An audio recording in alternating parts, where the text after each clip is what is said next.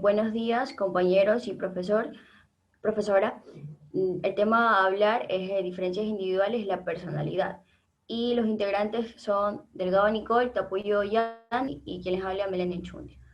Siguiente diapositiva. Ya, ahora bien, vamos a hablar sobre lo que es la personalidad. La personalidad son aquellos aspectos que distinguen a un individuo de cualquier otro, por lo que se considera que la personalidad es característica y es exclusiva de una persona. El concepto de personalidad surge como una necesidad explicativa y de ordenamiento de la compleja y variada conducta de las personas, por lo que se considera, en el siglo XIX, se hicieron unos estudios en los cuales se hicieron énfasis en que la personalidad se tomaba en cuenta de acuerdo a las experiencias infantiles, otros decían que en la herencia, otros mencionaban incluso que en el ambiente y en lo que es el aprendizaje. Gordon William Alport consideraba que a la personalidad como un atributo humano en el que nos motivaba a actuar, nos motivaba a actuar, siendo así de que, por ejemplo, nos daba la motivación al realizar alguna acción. Y en esta acción vamos a considerar o a preguntarnos el por qué lo vamos a realizar, cuándo lo vamos a realizar, dónde lo vamos a realizar y cómo lo vamos a realizar. También la psicología del siglo XXI da a entender que la personalidad da origen o es aquello que se deriva del accionar biológico de la persona y el pensamiento y la lógica de lo que es el pensamiento. A su vez también incluyó lo que es aspectos culturales, tales como las creencias, los temores, creencias, temores y modales, entre otros. Ya, la siguiente. Tenemos los modelos explicativos de la personalidad, entre los cuales tenemos las constitucionales, el temperamento y el carácter. Cuando nos referimos a constitucionales, esta supone que el tipo de cuerpo o estructura corporal o física determina lo que es la personalidad. Siendo así que William Sheldon en la década de 1930 realizó un énfasis a un estudio en donde se estudió a más de 4.000 fotografías en las que concluyó que existen tres tipos principales de somatipos, entre los cuales tenemos el ectomorfo, endomorfo y el mesomorfo. Cuando nos referimos a ectomorfo, hablamos de que son aquellas personas, perdón, al endomorfo tenemos aquellos que son gordos y presentan un músculo ligero o poco músculo. Cuando nos referimos al mesomorfo, son aquellos que presentan una musculatura desarrollada y cuando nos referimos al ectomorfo, son aquellos que están delgados y tienen una musculatura ligera. También analizó a más de 500 características y concluyó que existen tres tipos principales e innatos en los que denominó temperamentos, acompañándolo o relacionándolo con los somatipos que ya les expliqué antes. Tenemos a lo que es el endomorfo. El endomorfo se caracteriza por tener un temperamento sociable y tranquilo. El mesomorfo tenía un temperamento agresivo y el ectomorfo tiene un temperamento retraído y aislado.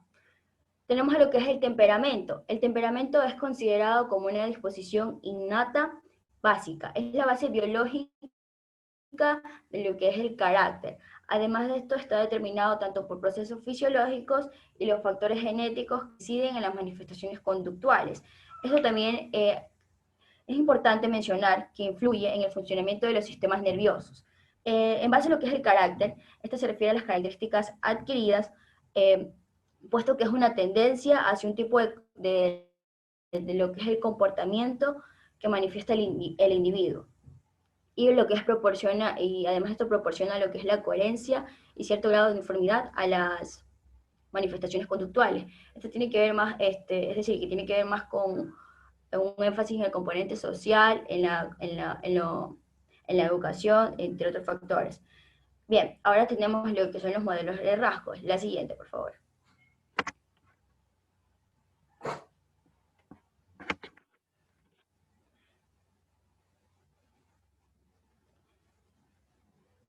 Bueno, tenemos los modelos de rasgos que según Hipócrates consideraba que las personas recibían la influencia de 4 elementos principales, como lo era tierra, fuego, aire y agua, entre los cuales tenía una clasificación que era de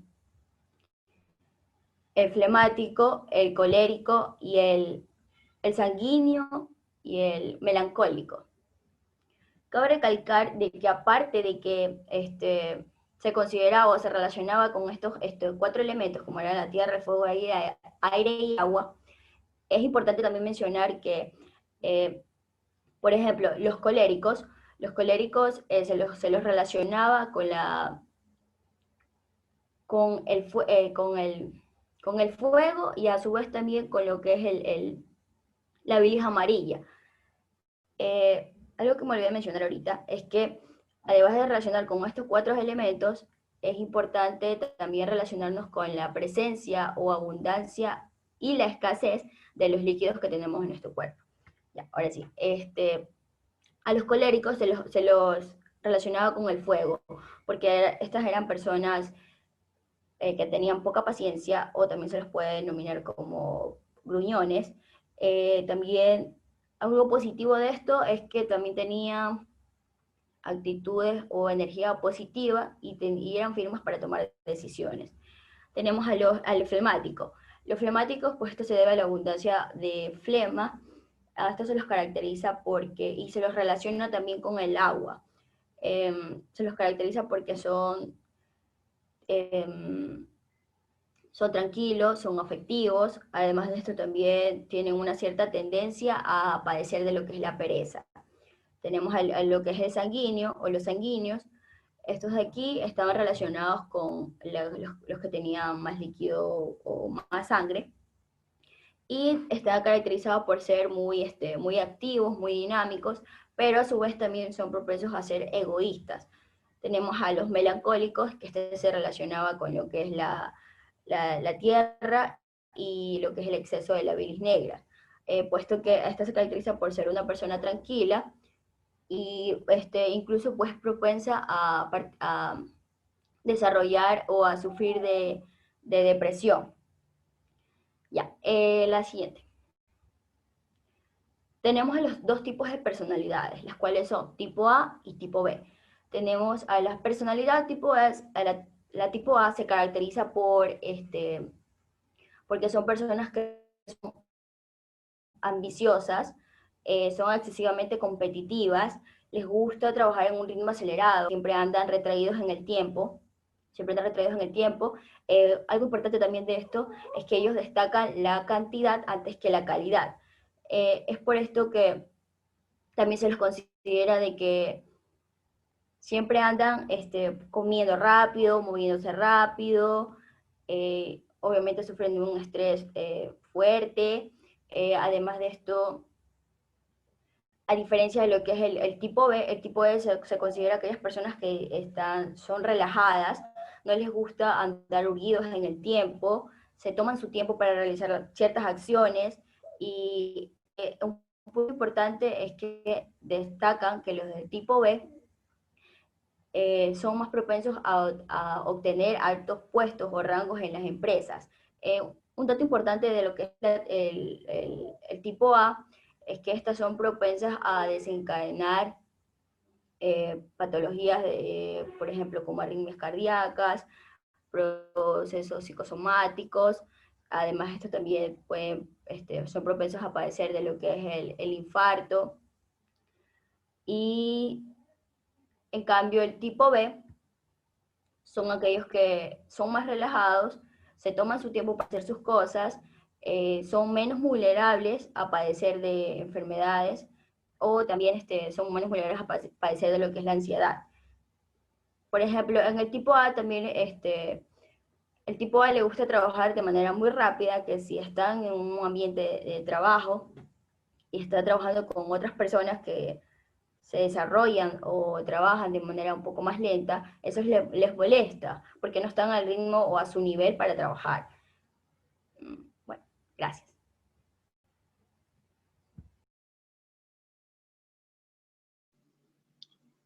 yo les voy a hablar sobre los modelos psicodinámicos en la personalidad.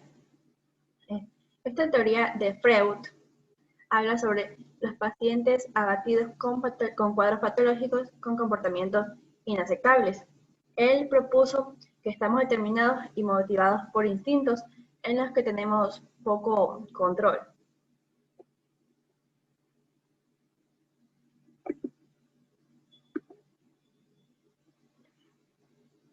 Esta teoría se basa en 3 sistemas. Tenemos el yo, el ello y el superyo. La personalidad y el comportamiento son producto de la interacción entre estos 3 sistemas. El ello va a ser el sistema básico y la fuente de la energía psíquica que va a nutrir y a desarrollar el yo y el superyo. Este de aquí se basa en instintos. Además, este de aquí se caracteriza por el impulso primitivo de satisfacción y placer.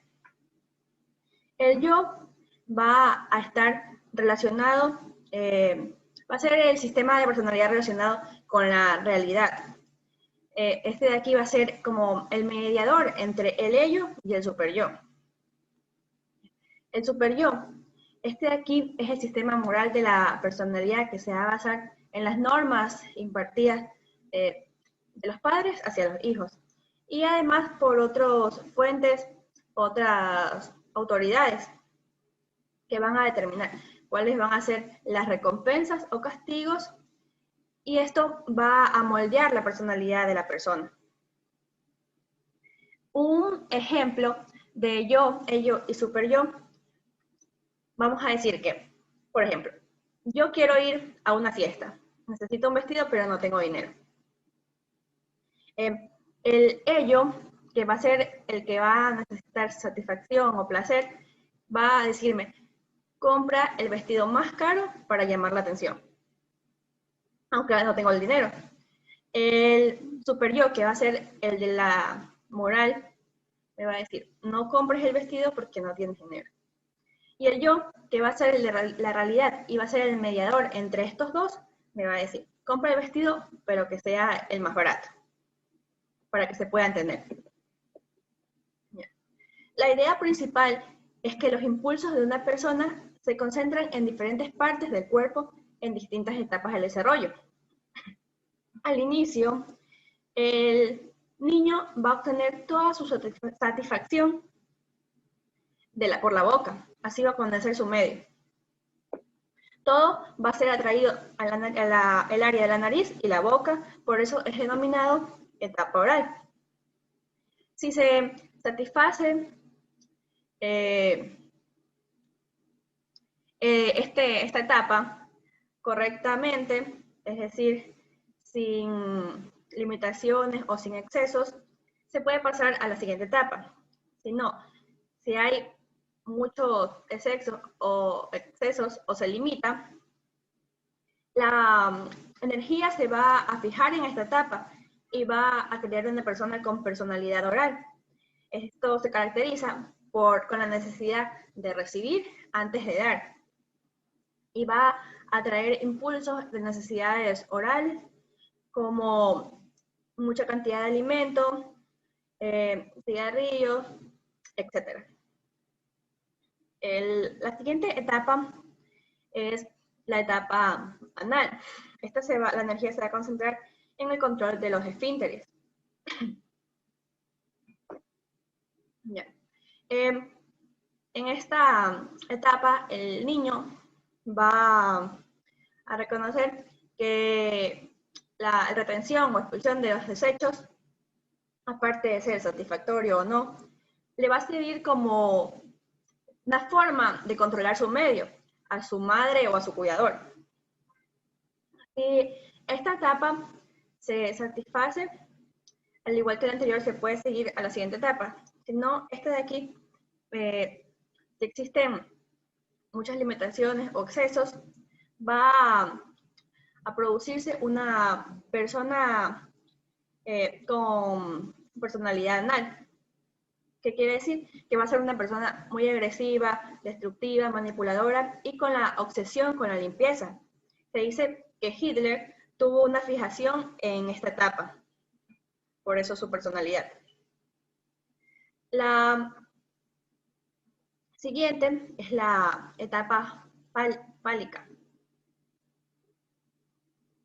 Esta de aquí va a ser cuando los niños ya van a diferenciar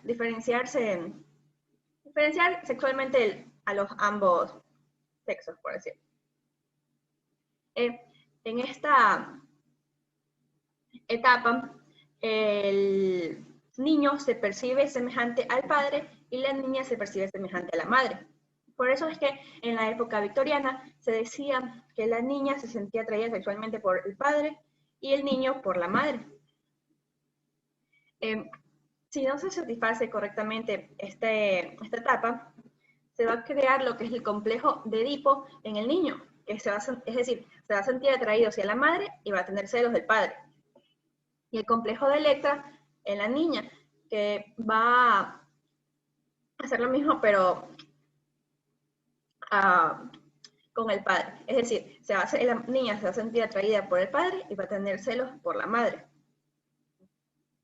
En este de aquí, en este de aquí se da porque asumen normas, conductas, valores morales del padre de su mismo género. La siguiente etapa es la etapa de latencia. Este de aquí se va a dar durante el desarrollo social e intelectual del niño. Se va a iniciar a los 7 años hasta al inicio de la adolescencia. La etapa 5 y la última es la etapa genital. Esta de aquí es cuando ya el niño pasa a la pubertad y se da inicio a la etapa sexual. Aquí van a resurgir los impulsos y sentimientos sexuales. Si se dan correctamente, se pueden dirigir a encontrar una pareja y se van a dar relaciones interpersonales profundas con esta pareja y se llegan a tener hijos. Los modelos y explicaciones genéticas. La teoría de las genéticas y la herencia tiene la idea de que ciertas características humanas de comportamiento que incluyen rasgos y patrones son determinados parcial o totalmente por la herencia y van a ser innatos. Bueno, yo voy a hablar sobre lo que es el modelo humanista. Carl Roger pensaba que hombres y mujeres desarrollan su personalidad al servicio de metas positivas. En el transcurso de la vida, el hombre se forma una imagen de sí mismo o autoconcepto. Así que además de tratar de realizar nuestra potencia biológica, también lo intentamos con el autoconcepto, que es nuestro sentido consciente de quiénes somos y de lo que queremos hacer. Entonces, cuando nosotros hablamos sobre los modelos humanistas, hace hincapié en el hecho de que el hombre está motivado y progresa. O sea, ¿qué quiere decir con esto? Cuando el hombre está motivado, cuando el hombre está presionado, podemos decir así, el hombre busca la forma de superar. O sea, por ejemplo, una persona que esté presionado o que le haga falta una necesidad, entonces busca la forma de cómo superar esa inconveniencia. Entonces, el modelo humanista trata de hablar de eso, mientras que Freud habla de que el hombre tiene su personalidad viendo de cómo fue su pasado o viendo el conflicto que tuvo que pasar. Entonces, para los psicólogos, el hombre psicológicamente es distinto que los animales. O sea, me refiero en la concepción psíquica. Entonces, el hombre por naturaleza es bueno y puede ser malo. Entonces, además de la naturaleza, aquí intervienen factores como la raza o cultura que sea, entonces el hombre puede tener su personalidad o su modelo de vida de otra forma. Entonces, para Maslow, la persona, así como le había mencionado en antes, la persona va a ir superando según las necesidades que tenga. Y por eso que Maslow eh, realizó una pirámide de, de mayor a menor escala. Siguiente. Luego tenemos la controversia del aprendizaje de personalidad. Los teóricos del aprendizaje opinan que somos lo que hacemos, por lo tanto, no considera que el concepto de personalidad sea dispensable para explicar el comportamiento. Para ellos no existe la personalidad.